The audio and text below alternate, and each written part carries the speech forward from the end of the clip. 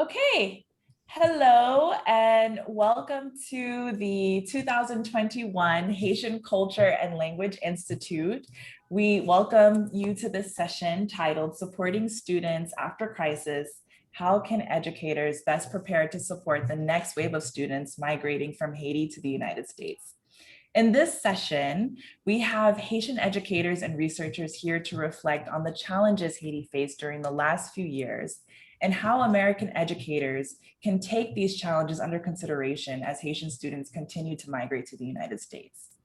My name is Medjy Pierre-Louis, and I am a PhD student at the University of Colorado Boulder and an international education consultant. And I'm so lucky to have the pleasure and the honor of facilitating our conversation today. I will provide more context on the session in just a moment, but before we get started, I would just like to take a moment to thank our sponsors. Every year, the School District of Palm Beach County hosts the African American, and Caribbean Studies Summer Institute event, which features the Haitian Culture and Language Institute. So we're very thankful for their support that has made this panel session possible today. Okay, so to provide a little roadmap for our discussion, I will start off by introducing our fabulous expert panelists, and then we'll move into context setting questions where our panelists will tell us a little bit more about their experiences and the experiences of students in Haiti over the past year and even the past few years with all the social and political and health shocks that Haiti's faced during that time. And then we'll spend time discussing the implications of these experiences for American educators who will support the next wave of Haitian students migrating to the United States next school year and beyond. All right, so again, I'm so delighted to be able to introduce the incredible women we have on our panel today to discuss such an important topic. For the sake of time, I will not read the entire biographies of our panelists. However, I have placed their bios in each slide so that our viewers can take a closer look at the fantastic experiences of our experts. So beginning with P4H, P4H is a nonprofit organization that aims to eradicate economic poverty in Haiti through education by training and equipping Haitian educators to transform their nation. Dr. Bertrude Albert is a Haitian American, the co-founder and chief executive officer of P4H Global. She has a PhD from the University of Florida in agricultural education and communication and has won numerous awards for her academic work. Dr. Priscilla Zelaya is the co-founder also of P4H and also the chief operations officer for P4H. Oops. Dr. Zelaya also has a PhD from the University of Florida in agricultural education and communication. And she began her career as a classroom teacher and now works to train thousands of public school teachers in Haiti through P4H. Under the leadership of Dr. Albert and Dr. Zelaya, P4H has grown to become the largest teacher training nonprofit in Haiti, now operating in all 10 of the country's geographical departments and already having trained nearly 6,000 educators across the country. Next, we have the amazing Dr. Charlene Desir. Dr. Charlene Desir is a Haitian American and a professor at Nova Southeastern University's Abram S. Fischler College of Education, where she specializes in social, psychological, and spiritual adjustment of immigrant students, school social curriculum, psychosocial trauma occurring in schools, and the social and emotional development of children in Haiti and the Haitian diaspora. Dr. Desir has 20 years of experience working as a school psychologist, K-12 counselor, school administrator in Massachusetts, an academic advisor, as well as a professor. She has served as the leading member of the first task force to develop a social and emotional learning framework for Haitian adolescents called The Vision of the Haitian Child in Society. Next, we are also delighted to be joined today by Merlene Engel. Merlene is a Haitian American and the co-founder and co-director of Haiti Partners, which is an educational nonprofit organization serving Haiti. She is also a co-founder and member of the leadership team of the Children's Academy and Learning Center, a private school that serves as an exemplary model of quality education serving a marginalized community in Haiti. Haiti Partners also supports 6 partner schools, which are a group of private schools in Haiti that are striving to provide quality education to children and contribute to their community's development. She also recently started her own company called Merlene's that just launched Merlene's Hot Sauce, and she supports a number of entrepreneurial activities at the Children's Academy as well. Last but not least, we are honored to have Evelyn Margon on our panel today. Evelyn Margon is an internationally recognized leading Haitian educational expert with more than 40 years of experience in early childhood education and teacher training in Haiti. Evelyn began her career in the classroom in Haiti, serving as an early childhood school teacher, and then as a school director in Haiti. Over the course of her career, she has trained teachers and early childhood caretakers across Latin America, including in Haiti, the Dominican Republic, Argentina, and Peru. She has worked for several academic and international development organizations, served on numerous national committees, and founded a number of organizations for early childhood education, teacher training, and women's rights in Haiti. In 2018, Evelyn was recognized for her outstanding service to Haitian education by the Ministry of Education in Haiti. Wow, you all take my breath away. What an incredible group of women and experts that we have on our panel for this session.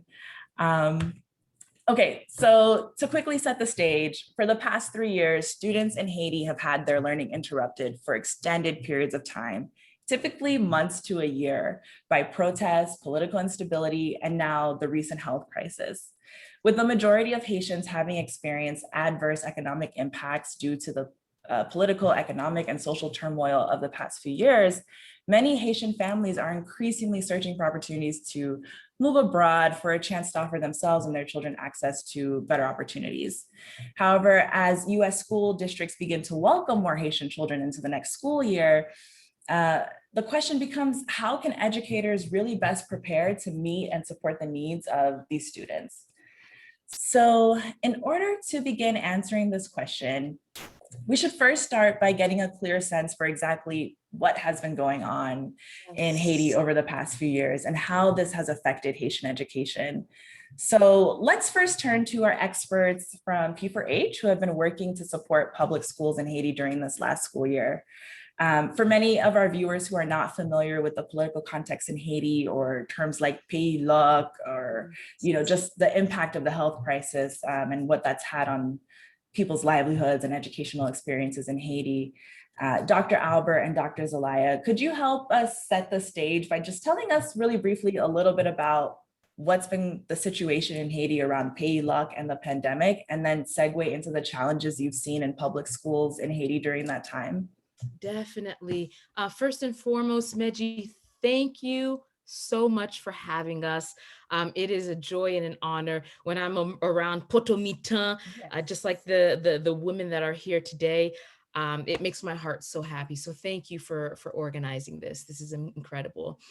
For those of you who are listening, a little bit of backdrop on pays loc and COVID and what's been happening with there. Pays loc, it quite literally means a complete lockdown, a shutdown of a country, of the country of Haiti. So in Haiti, we know that there are a lot of political, social struggles for the Haitian people. Specifically, September 2019, something very dramatic happened in the country. The country essentially got locked down because of the gas shortages, the food shortages, corruption in the government.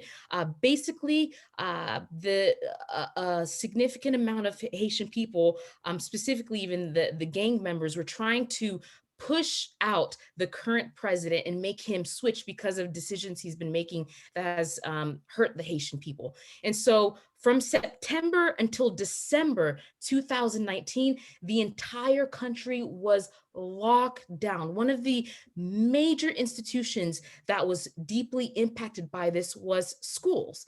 And so schools throughout the nation, from the north, the south, east to the west, they were shut down. Granted, there were some schools that had the luxury, like for example, what I meant in the northeast. A lot of times when things happen in the country, they're able to get away with being able to progress. And so they had some schools here and there, they're scattered around some schools that were open, but holistically as a nation, the country was shut down. Streets were bare. People were too afraid to go to schools because gang members, they threatened the safety of students, the safety of children if they were going to school. Yeah, and one thing I want to add to that is that even if schools had, let's say, a Saturday session, or maybe they had a day of the week where they would have school, students were discouraged from wearing their school uniforms because that would trigger violence, or they were afraid that that would trigger violence. So even like the wearing of school uniforms, which is a source of pride for Haitian students all around the country, even that was taken away during Pays-Louis because they were afraid of showing that they were going to school, even if it was for like a short afternoon session. Definitely. So again, September to December 2019, there's this fear that's looming across the entire nation. Haitians united by this deep down, this fear of what could happen to the children. We progress forward to January. Finally, January, schools start to open up. Slowly, they're trickling into opening up. January, February, most schools are open up at this time. But then we get to March 17th, and this is a date that we won't ever forget, Priscilla and I, because we were in Haiti at that point. March 17th, we get a message from the president, and this is a message that's vulgarisé. They sent it through WhatsApp, so everybody was receiving it at the same time. And March 17th, this message says, the country is going to be shut down as of March 18th. That means international airport. Chris and I are thinking, well, how are we going to get back home to the United States? What's going on here? Airports, schools, all of these major institutions are going to be shut down because of coronavirus. We got the first official cases, the first 2 cases of coronavirus. Now, going back to the context of what's happening, you could imagine the school year starts, Pays-Louis happens, students don't go to school. January begins, January, February, March, mid-March, students are going to school, but then March, we get hit again. From March 17th until the end of July, schools are shut down because of coronavirus. And so we see basically an entire school year, students are prohibited from going to school, and teachers are being thrusted into virtual education, where already in the country, we have struggles with internet, we have struggled with technology, but we're thrusted into a distance education. We're thrusted into really trying to dégager, really trying to pivot and see how we can help students succeed, even though we don't have the infrastructure for some of these things that need to happen. Yeah, so a lot of challenges were hit with the school between 2019, 2020. Schools started back up end of July. Then there was like a small period of school that was hit, but again, the entire school year was really, really affected. Definitely. And so then as the timeline progresses, July, they go back to school. And because of that, the Haitian government had to extend the school year up until October. And so typically, basically the summer months were just school for the students. Now, how does this impact the students? Oh man, researchers say that the impacts will linger through for generations to come. First and foremost, the morale of the students and of the teachers was impacted dramatically. Can you imagine in your mind? I remember talking to a lot of our teachers and even talking to some of the students. They are very well aware that the infrastructure in the country, it's very weak. You've got a country where there are 30, Paul Farmer says 30 fully functioning ICU beds. It was something that emotionally started to impact the students and the teachers both. Yes, so I definitely want to hear from even Merlene as well. Exactly. That's exactly where we're headed next. Merlene, I'd love to know if you could just tell us a little bit more about the challenges you saw students and schools facing in the private sector, and what your experiences were during this time. Well, thank you. Medjy, thank you so much for having me. And as I've seen so many experts here, and I have to thank each of you for being in this panel. And I'm learning a lot, and seeing Dr. Desir here. I'm so grateful for your work. And Miss Evelyn Migrant, thank you for what you're doing with your experience. Boy, we need these people. It seems like we need to clone you for Haiti, because we need people like you to continue this mission, because we can't stop here. Yeah, so as you guys, Bertrude and Zelea, you guys been talking about a lot of things that's been going in the country. It is unbelievable. Pay luck. And on top of that, COVID, it was so much stress and fear to the country. And what we see is violence and also trauma. And what we always know, trauma doesn't basically transform, will be transferred. And like you said, experts see that this is going to last for many, many generations. And I fear that we need, as educators, we need to address trauma in our classrooms, in our community, and inside of, of the parents' house as well, because we need to stop there, because they dealing with so many things for themselves. And on top of that is the children. So it's been hard. And for us, we've been, in a sense, very lucky to be able to teach and to work where we are. We outside of Port-au-Prince, and the Children's Academy, it's removed from daily chaos in Port-au-Prince, but at the same time, we feel it. The parents felt it so hard. Most of these parents, they have to do dégagé like every day. They have to buy their stuff from the mountain, going down to the city, sell it, and bring back, their daily meal for their kids. So when you have the whole country locked down, so no matter where you are, you felt it. It's heavy. People cannot survive, and people say we don't know what to do. The benefit that we had in our community, since the beginning of this school, we try to do everything in communication with them. So we call them, we said, we don't know what to do with this situation. It's overwhelming. We don't know anybody in politics that we can call, hey, these kids, they don't know what to do with this decisions that you guys are making for the whole country. They're innocent kids. They need a school. They need activities. They need a place to come and feel, kids to play with each other. But, we didn't have that. So we called the parents. We said, what should we do? And they said, let's talk. Let's put all the issues on the table. And every Sunday every month, second Sunday of the month. So that's what we do. We have a community meeting. We call everyone in the community to engage and thinking how we move forward with all the issues. And one of the things that they said, we can continue with the school, so the kids are not going to wear uniforms. We're going to engage more in the school. Everybody's going to watch out for one another. If we see bad behaviors, and the parents and the community, because sometimes even the bad, and it's to say, oh, no bad person, but they have bad ideas. They want to create trouble. They want to make their voice heard, but in the wrong directions. So they said, the parents said, even you have this, ideas, we're not going to be able to tolerate that, because the kids are the first and foremost. If we don't care about them right now and the next 10 years, we're not going to be able to manage it. Because tipier bois cochi, pas dressé. So they said, we have to keep the kids in school.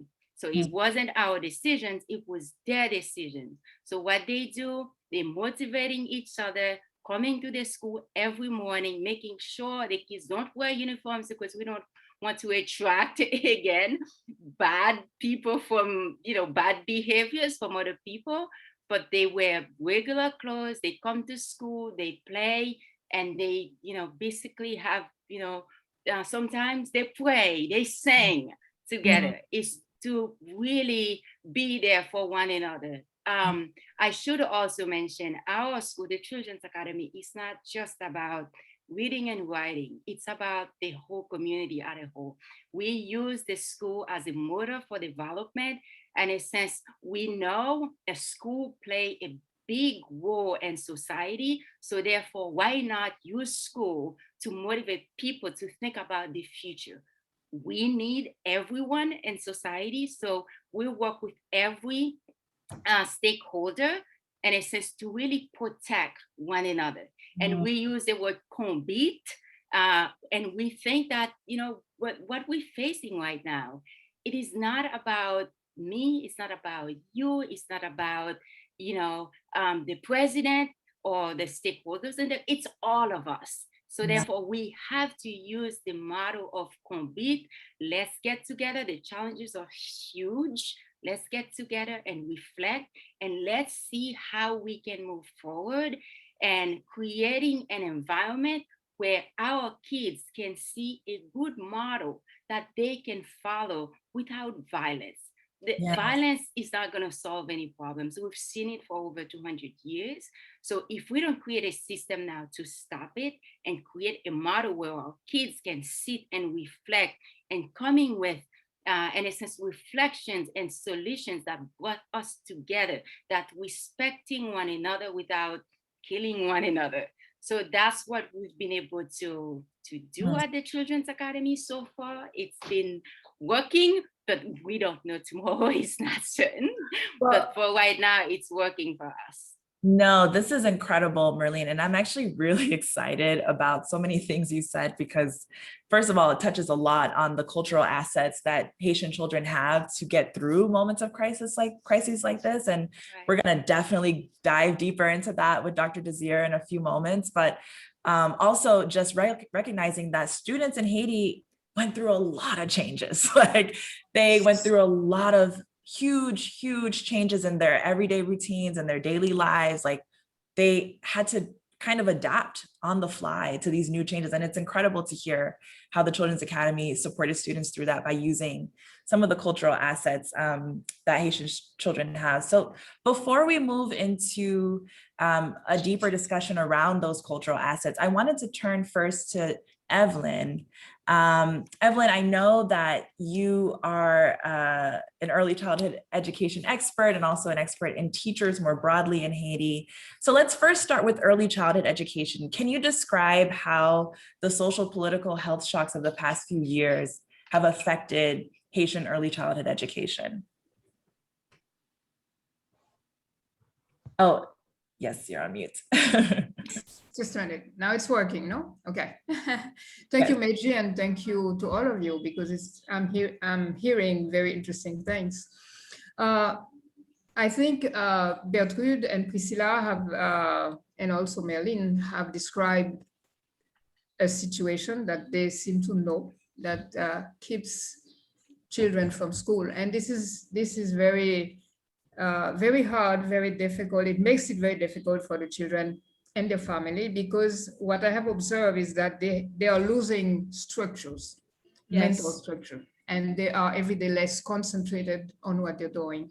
I have a grandchild who's 4-year-old, and I observe that every day. You know, she used to be very good. She went to kindergarten in Haiti and very concentrated little girl. And now it's very hard to keep her doing something for 2 minutes. You know, so this is one bad thing about what they have to go through. I just read an article in Le Nouvelliste 2 days ago, telling about a study that is being done actually about how the socio-political problem have impacted the population in general, so also the children. One of the things that they have found out, the study is not finished, but the data they have collected so far already led to see that in those neighborhoods, those popular neighborhoods where there are gangs, the population has decreased by 50%. That means that there is a movement of internal migration inside the city of Port-au-Prince. And I'm talking about Port-au-Prince essentially because it's 1/4 of the total Haitian population, and it is where the action is taking place essentially. You know, the rest of the country is relatively quiet, but Port-au-Prince is upside down. So you have all these people having migrated to other part of the city that have become even denser than they used to be. And what is the problem? That means that if families who used to be in 2 rooms, now they have to share the 2 rooms with other families. Wow. And you have people having to leave their school and having to find another school, Yes. eventually further away from where they live. And this study also shows that the schools that are, and you know, in Haiti, most schools are not public, they are non-public, whether it be private or church school. So schools in this neighborhood have lost their student. One of them with more than 500 kids now has 72. So this school has to close and the teachers are losing their job. And it's happening a lot in many places in Haiti. And during the shutdown, the paylock and the 3 months of confinement for the pandemic, but the pandemic is not the real problem in Haiti. It was short and it hasn't closed school. It's the socio-political situation really that closes school. So you have some of the schools have lost their student, and so a lot of teachers have lost their job. And I know a couple of kindergarten who have had to close because the parents didn't want to pay for 2 days in 1 month when they could send the kids to school, because most of the time they couldn't send the kids, especially small kids. You know, parents are afraid of getting them out, taking them to a school, and then they cannot pick them up when it's time. And so they have kept them more than older children. So a lot of kindergarten have had to close already at the end of 2019 or beginning of 2020 because of lack of resources or financial resources. And those teachers have lost their job. So this is one of the impact of the situation. And the stress, of course, the trauma. The children are very much stressed. And you know, one thing that preoccupies me a lot, and I'm not going to talk about so many other impacts, but children, they need to play. And in Haiti, play is not in our culture. Parents do not see play as necessary and important for children. Play is the opposite of working. So if you go to school, you cannot be playing, you have to study. You know, what is an error, a big error, and children need to play. So one thing that I myself have tried to promote is to work with parents about the importance of play. And we have a website, I will put it down here in case you don't have it, a website with a little jingle that is saying, play with the kids, essentially. You have to play with the kids. This is the best way to help them with their stress, and they can learn a lot of stuff that they could have learned in kindergarten, like being with other people, socializing, because this is one thing they have lost also, the opportunity to socialize outside the family, you know. But when you play with other kids, you learn to live with other kids, with other people. You learn to fight, you learn to negotiate, you learn to accept differences and everything. So you have to play. And so we have to promote play, I think. And I will send the address in the chat for you, the address on the side. And then one big thing also is working with parents. And actually, we have a program with one normal school for early childhood educators. They are doing a research action on teaching parents how to cope with kids, how to care for kids when schools are closed. Because it's going to happen, it's going to last in Haiti, and it's not new. When I was a child, schools, you know, closing many times, you know, and I remember losing 1 year of schooling also in the 60s when there was so much repression and everything. And so parents have to learn what to do and how to manage their kids, how to keep them equilibrated, balanced, and how to keep giving them roots so they can stand in front of all these traumas they have, you know. And I think culture is a very important thing in this root giving to kids. They have to learn to appreciate what they have, their country, their culture, the songs, everything. So we really have to train parents. And in that sense, there is some good things happening, and maybe it was an opportunity, like there are always opportunities when there are crises, no? And UNICEF has just finished financing a program for parenting, you know, teaching parents how to be better parents. What is a child? What is a young child? And what is a parent? Not only an adult, feeding and taking you to school, but how do parents can take care of their children and make them happy? Be preoccupied by their emotional well-being, because this is something that we in our culture and in our schools, we don't take care of that, of the emotional well-being traditionally. And this is what we have to do now.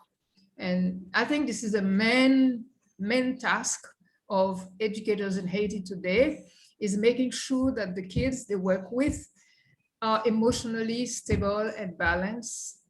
And for that, they have to work with the parents, and they have to be comfortable in their culture and in their environment.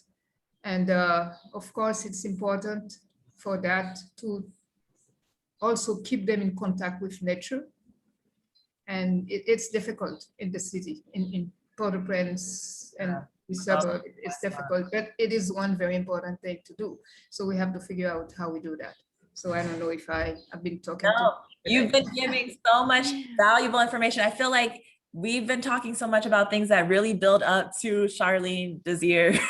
The question we have for her, which is like, we've just been talking about all the trauma that kids have been facing, all the changes, all the needs that they have from their parents and from their schools to really support them in dealing with all of these moments of crisis. Can you just tell us, which aspects of Haitian students' social emotional well-being would you say may have been neglected during this time?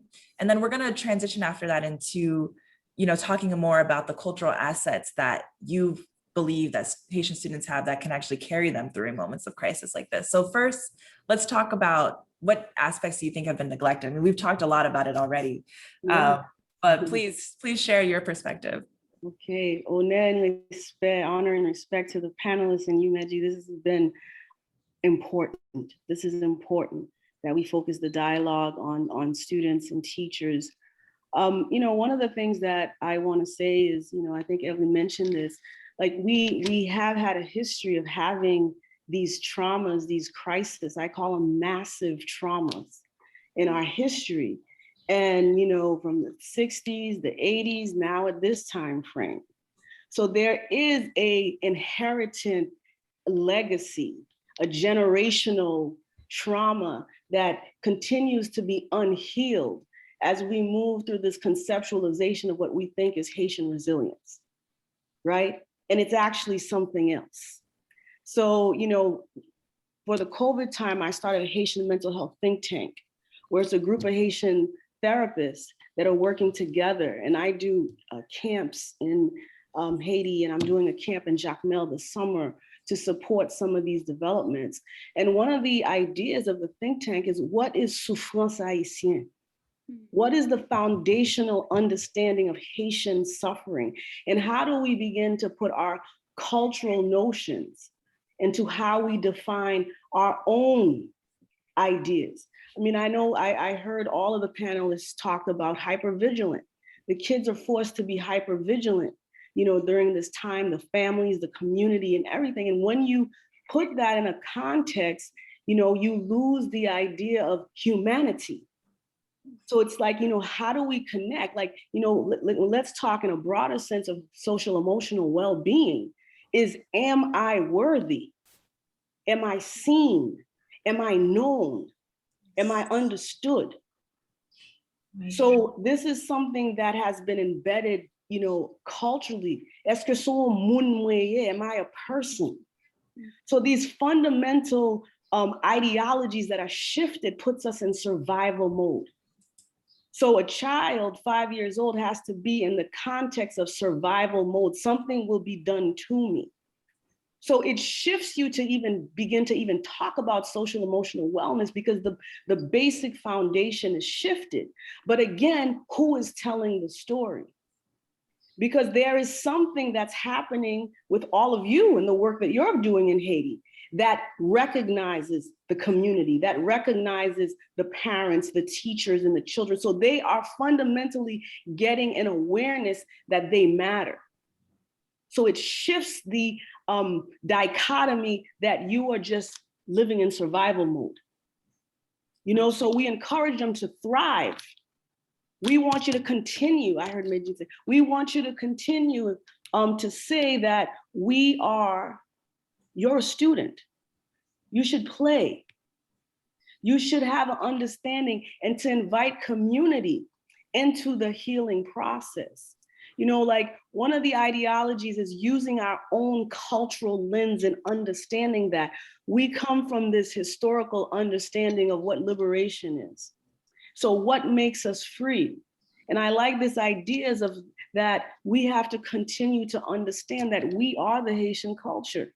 So how do we promote cultural ideologies of who we are? Regardless of our religious affiliations, how do we continue to know that spirit is still with us? You know, how do we understand ourselves in a context that is global? You go to any, you know, of our continents, our countries right now.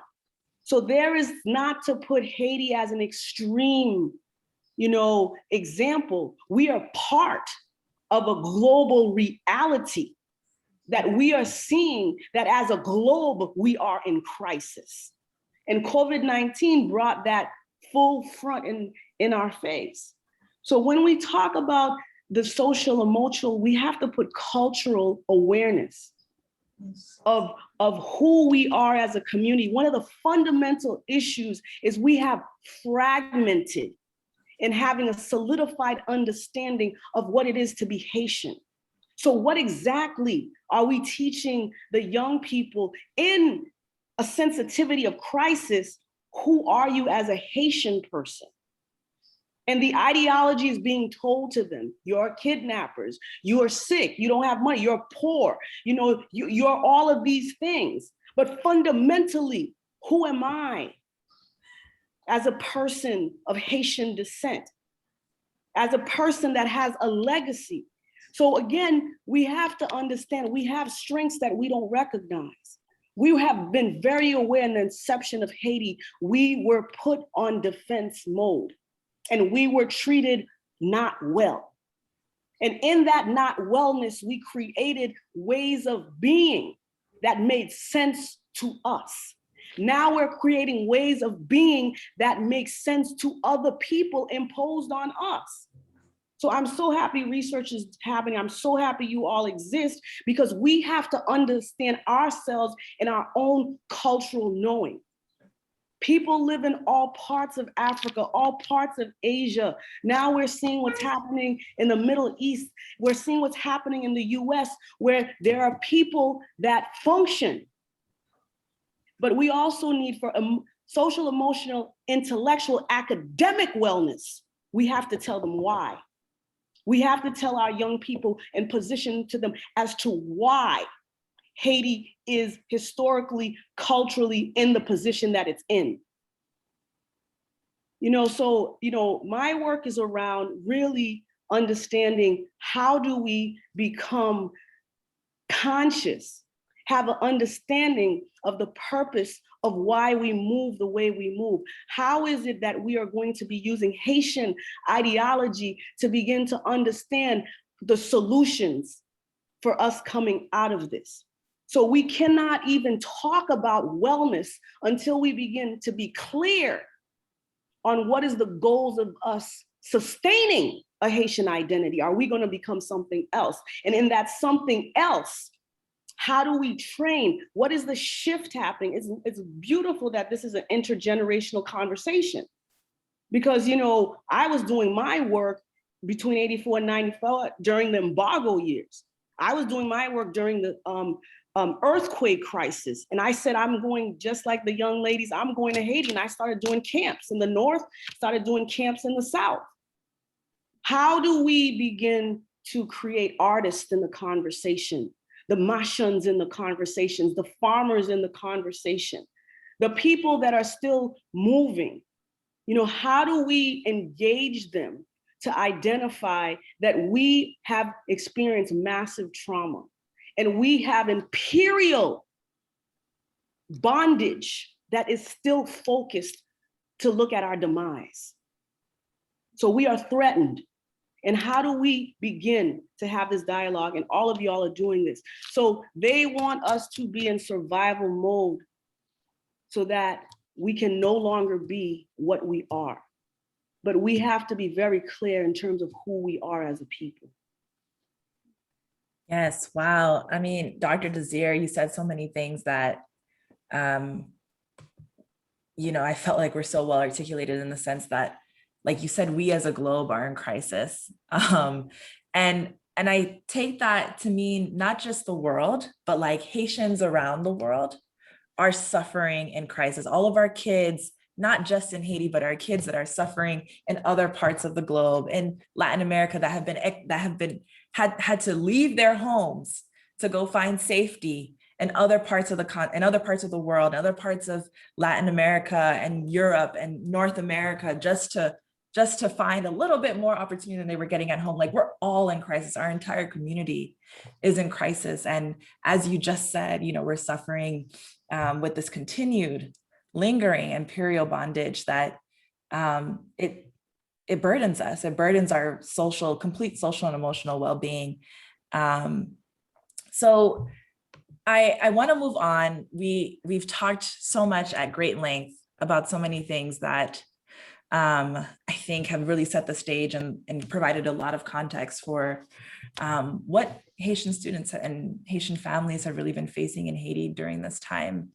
I want to turn now to really thinking about what this means for educators in the United States that are, you know, going to be the people on the front lines, you know, really, you know, playing a huge role in supporting our students, our Haitian students, after they've experienced all these traumas and all these crises in the last year, and they're beginning to migrate to, for example, the United States. You know, what consideration should they be keeping at the fore? So I want to start with perhaps Dr. Desir, since I know you specialize in students who have immigrated to the United States, but this question is open to the floor. What challenges do you all think newly immigrated Haitian students to the United States will face as they enter public schools in the fall? Yeah. So I'm trained as a school psychologist, and I have a doctorate in learning and teaching. So I conducted a 5-year longitudinal study following a group of Haitian kids who arrived in middle school and until they finished high school. So out of the 30 kids, 5 of them go to university right after the 12th grade. So in doing this work, the ultimate finding was that students have to do their own identity work. You know, the schools doesn't teach them what it means to be a Black immigrant, what it means to be a Black child in a US context. And they have to understand these social, political identifications for themselves. But very clear that Haitians are put as the lowest on the totem pole, where you will have dual immersion programs. And the Haitians, even though they are the largest group or the second largest group, after a combination of countries, that they are not recognized with that honor. So they already come in at a social political deficiency, and they are not seen as children of refugee. They are not seen as children that have had crisis in their country. They're seen as Black immigrants.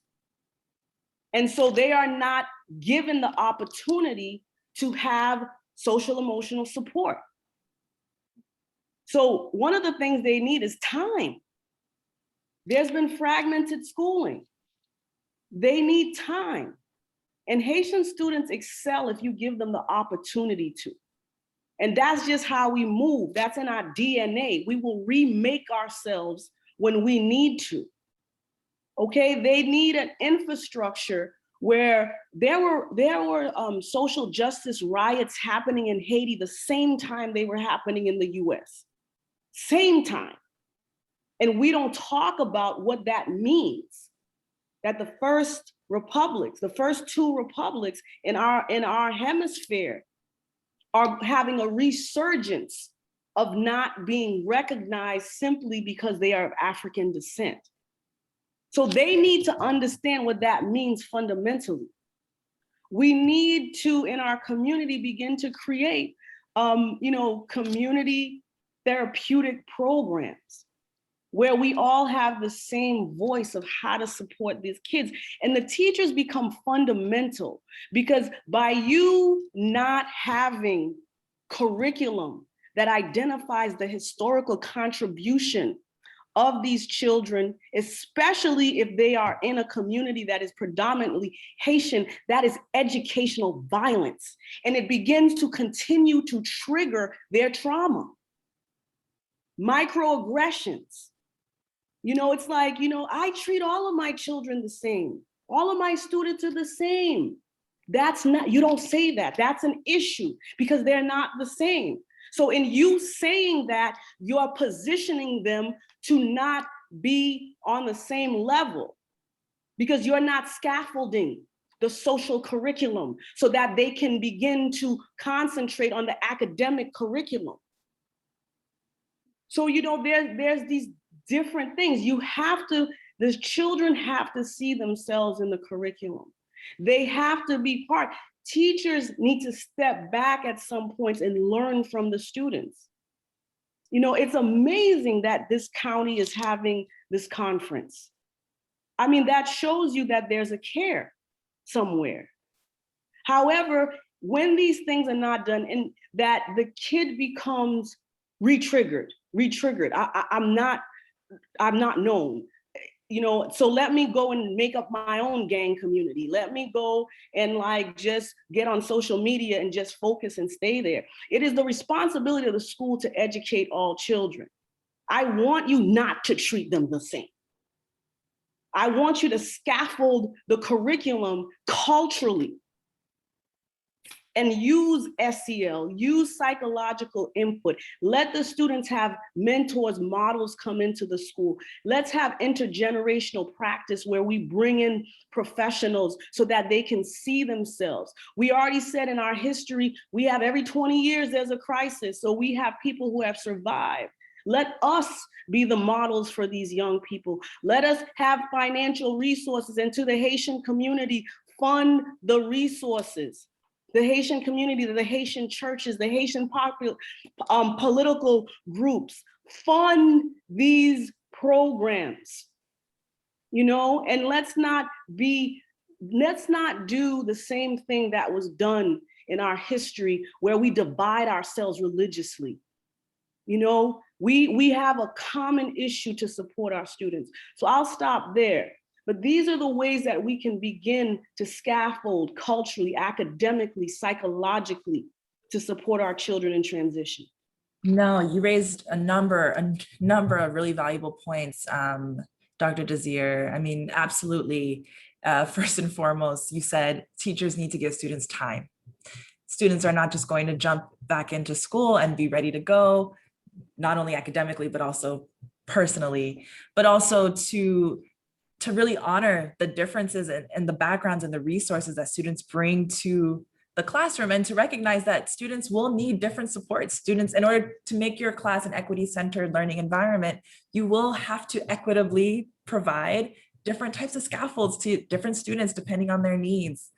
And then also just letting teachers rather, just take a step back and listen to their students, learn from their students about how they can not only bring their cultural resources and assets into the classroom, but ways that they can better honor that and support their students.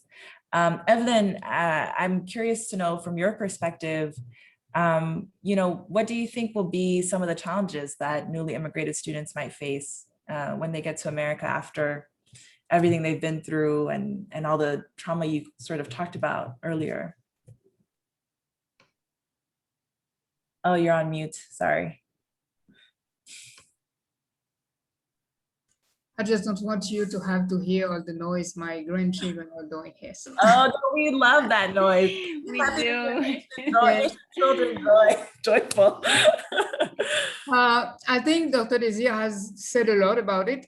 Unfortunately, I don't know well the situation of the migrant children in the United States, but one thing is certain is that those children will need individualized attention, because they will be emerged in a very different culture, a different language, after having gone through all these trauma in Haiti. So it's going to be double heavy for them.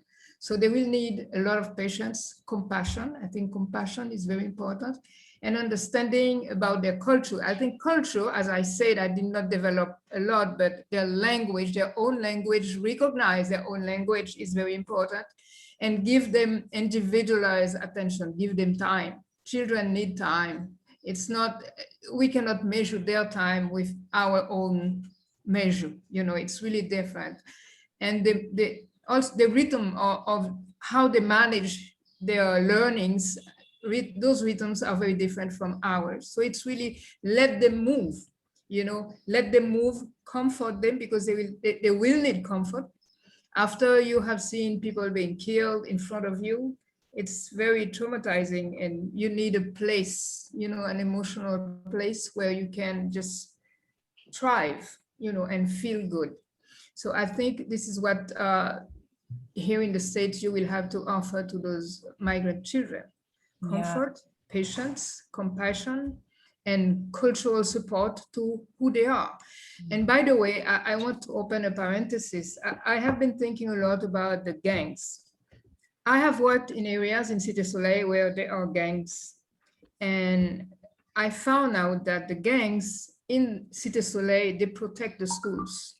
I have worked in 2 different schools in Cité Soleil, and every single house around the schools were hurt with, how do you say, with, I mean, I have the Spanish word in my head because I am right now in the Dominican Republic, and so I think Spanish.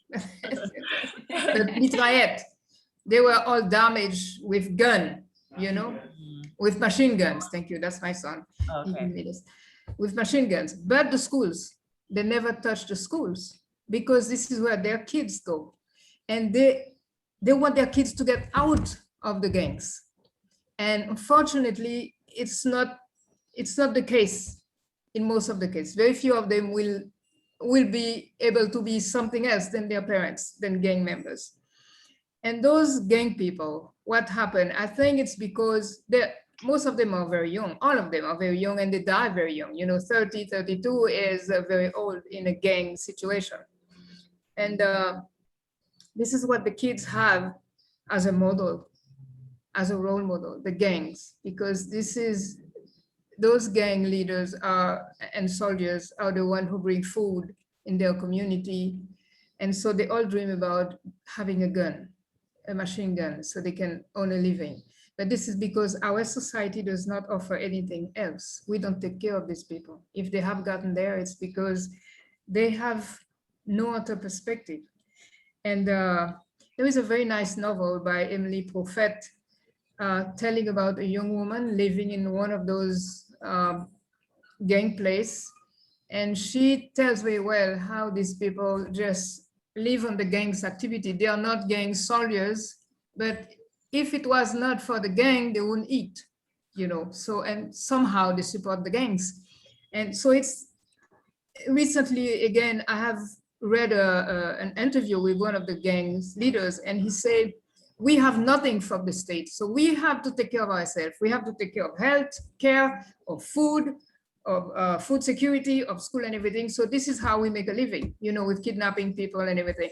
So to me, it's a very strong message. And I would hope that leaders in Haiti would hear that if we have gone that far, it's because we don't take care of everybody. We don't take care of our population. And we're not going to solve this situation if we don't take care of them, starting with kids, because you become a gang member when you're a kid. This is when you learn those values. So this is really a very important thing for our leaders in Haiti, not only the political leaders, but all leaders, the community leaders. We have to take care of people, and we have to heal those wounds from how our society have been led so far. So what your kids will have to face is they will bring all these trauma with them, and you'll have to take care of that in the state. I'm happy that you have Dr. Desir to help you with that. No, but this is absolutely, I mean, you're hitting the nail on the head, Evelyn. I mean, you know, this is exactly what Dr. Zir was saying. We need to support our students. We need to provide them this care, this compassion, as you mentioned, and we need to be prepared that they're going to come needing more supports than every other kid in your classroom. So you can't treat them the same. You have to give them more support. And I want to turn to, let's go to P4H and hear from you guys about what your perspectives are on this topic. Yes, I definitely want to just thank Dr. Desir and Evelyn. Thank you so much for sharing. I think you all definitely hit the nail on the head. I think that students right now, because of the vast amount of trauma that they have faced in Haiti, are going to need a lot of support from teachers in the US. But I think one thing that teachers can do right now is educate yourselves. I think right now is the time to take time to learn about what is actually happening in Haiti and what students have been facing throughout the past few years, and taking that time, if you have Haitian students, if you have students that are newly immigrated from Haiti, taking time to really educate yourselves and learn what that context has been, because I think that knowledge will help to inform the actions and activities that any teacher will choose to employ within their classroom, especially if you are not familiar with Haitian culture or do not have that connection. I think it's really important to take that time to learn. And if we could take a look specifically at the classroom and the role of a teacher inside of the classroom with specifically a Haitian student. One thing we always talk about within P4H, and it's so relevant here, is having a student-centered classroom, having strategies that really help the student be at the center of their learning journey, ensuring that it's not just the teacher that's regurgitating things, but a teacher that is empowering students or encouraging students to have self-discovery, to really understand material for themselves. Because if we don't even need to look at Paylook and COVID-19 to see that within the Haitian culture, there is this external locus of control. And so Haitians culturally, we will say, hey, if the fields don't produce enough yield, it's God who doesn't do that. Inside of the home, we need to listen to the parents. Inside of the society, children were silent. We stay quiet. So culturally, we're really trained and conditioned to have control be outside of ourselves. And so as an educator, when we're entering into that space, it's our responsibility to be a facilitator, one who encourages discovery from the student's side, one who encourages the student to take ownership and leadership within their learning experience. And specifically for students that immigrate from Haiti to the United States, there is that desire, there is that need to really help the student find and discover their highest potential, so that as they're developing, they really do see who they're created to be and see that they are a force to be reckoned with. I mean, I don't know about you all, but anywhere that I see Haitians, whether it be in the United States or in Canada, Haitians are some of the highest performing, brilliant, beautiful, strong individuals across the world. And as an educator, it really begins with us allowing the students to take leadership and to take ownership of their learning experience. Yes, super powerful. I really loved the 2 points you both made about having a student-centered classroom and educating yourself as educators. Like, you know, first of all, you have to come to the classroom prepared. You have to know what your students were up against and how you're going to support them. And then making your classroom student-centered allows you to sort of center those experiences as resources and learning, rather than as simply just, you know, burdens that children are dealing with on their own. And so really poignant points. We are out of time, but I want to get to Merlene with this last question, because actually Dr. Albert and Dr. Zelaya, you both kind of segue into our last question for this session, and I really want to get a chance to hear from Merline. So Merline, what tips or advice can you share with American educators that you think would help orient them in addressing needs of the newly immigrated Haitian children that may be migrating to American classrooms next school year? I think all of you guys already said it so well. It's just simply show the students that you care, welcome them with your whole heart. And in a sense, just instead of waiting for them to tell you who they are, where they come from, what they've been experiment, just put yourself in their shoes, see them as a whole human being, and just put yourself in a position where this is me now. I'm going to basically experience what they've been, experienced for years and years, and learn new things, positive things about their culture. For example, convite, again, I love this word because it saved us from, after we've won our independence. I mean, we were, slaves that, finally free. But what do we do now? We didn't have any resources. We had to work together.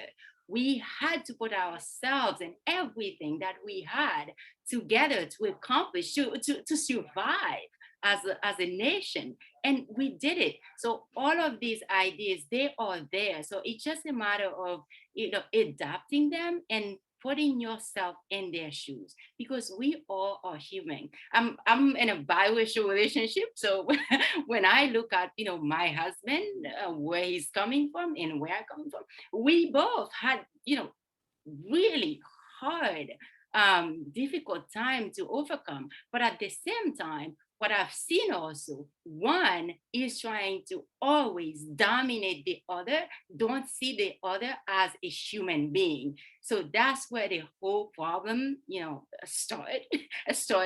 So basically, when you don't see a person as a whole human being, you don't see themselves as equal, you don't, in a sense, you don't dignify their presence, then you don't care anymore. You stop showing it. All of a sudden, you just, hey, oh, I'm so sorry. I feel for you. Oh, poor you. You come from a difficult situation. Oh my goodness, you here. It's like those pity, we don't need them in the classroom. It's more appreciate. I am so glad you exist. I see you as a beautiful human being. I'm here for you, and you are going to be my teacher as I'm going to be your teacher. We are on the learning curve for life. We are in the journey for life as human beings. So in a sense, you can come also with something very positive, like honneur, respect. You pop it in the class, honneur, and all of the kids will be curious. What's that? Oh, this is a beautiful thing about the Haitian culture. You salute everyone. And it says you're inviting positive vibes into the classroom instead of just, hey, stand up. Oh, you Haitian. Oh, I see you. Or you're the kind of people that's going to bring trouble to our country. All of this stuff. So we need to stop the negativity, just bring positivity into the classroom, and don't see everyone, like Dr. Desir talk about, as the same, because each person has a special story to tell. Create space for that person to develop and to share their story without fear, without, in a sense, shame, and for them to accept who they are. If they want to wrap their hair, for example, with a scarf, you don't need to tell them, oh, that looks weird. No, accept it as something beautiful. Accept each culture, each person as something beautiful to our environment. And I think this is how we can, basically feel and make every kid that coming into this country, into the classroom, respectfully accepted and putting them in a path to succeed, because they will, no matter what challenges, they will. Yes. Wow. You guys have been amazing. All the incredible expertise you guys have shared. has just been so powerful. Thank you, Merlene, for those last notes that actually really help us sort of wrap up this session. So I just want to, for the viewers, I want to summarize to the best of my ability what I heard you all say as your Medjy, can I add something? Yes, please. Okay. Summarize. One thing you American teachers could do is get in touch with the parents of the children, invite them and ask them to show them something about their culture. I found out that when the schools give value to the parents, the children are very much valued.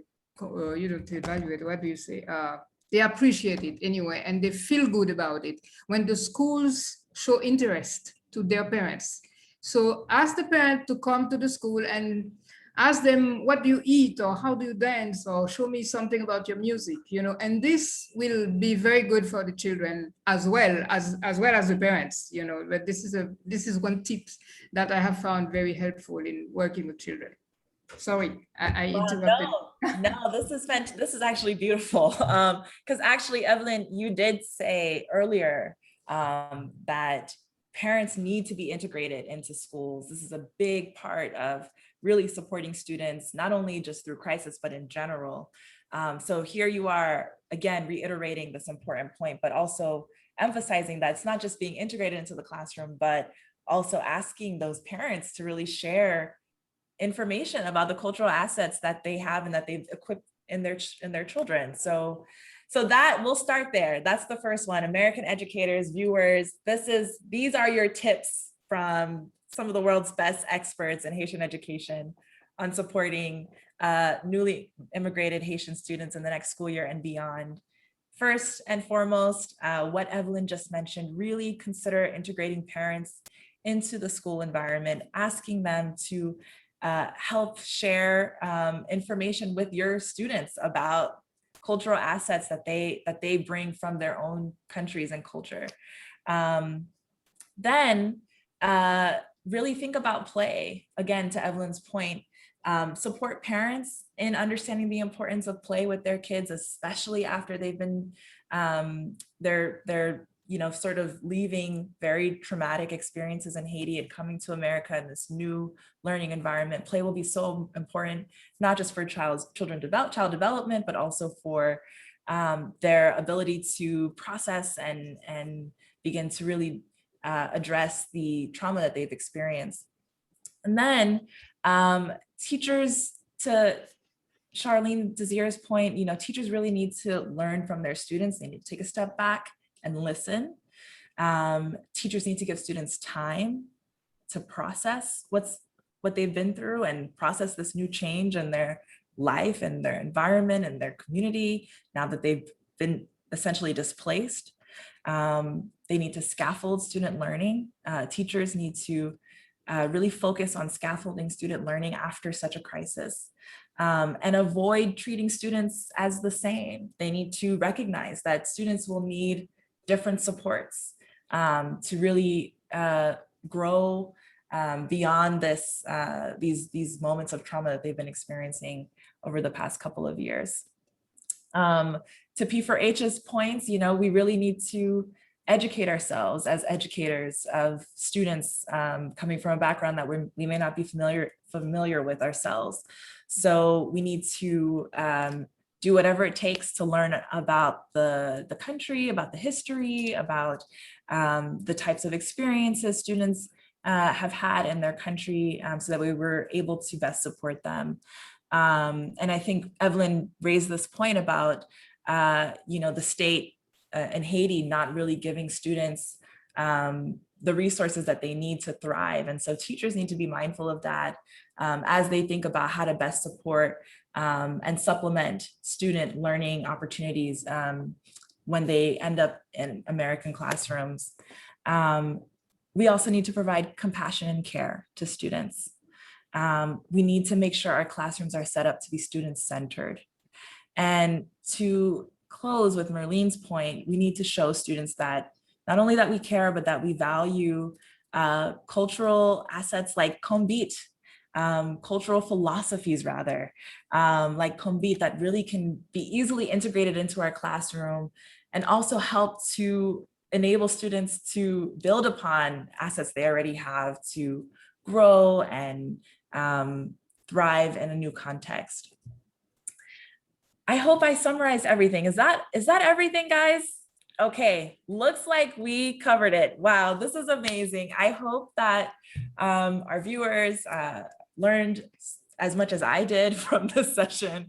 I hope that these tips are actionable for educators. I think there are very clear steps forward that our experts have provided. And so I hope that we will see these items implemented in classrooms and school districts across the United States. Thank you a million times to Evelyn, Dr. Desir, Merlene, and Dr. Albert and Dr. Zelaya for joining us today and for staying a little bit past time. We value so much your expertise, and thank you for sharing them with educators in the United States. Thank you to all of you. Thank you for having Thank us. you. You're amazing, Medjy. Oh, no, thank you. It's such an honor to be in your presence, all of you. Thank you so You're much. awesome, Medjy. Thank you so much. And it's such an honor meeting you, Dr. Desir and Evelyn. I think we've worked before together, but it's so great seeing you again. No, Probably, yes. I thought I recognized your face. I don't remember all names, but yes. I am so proud of us, and our ancestors are smiling, and thank you so much, future Dr. Pierre-Louis, for putting it together. Thank you. All right. Thank you, everyone. Bye-bye. Good stuff. Bye. Bye. Good to see you. Bye-bye.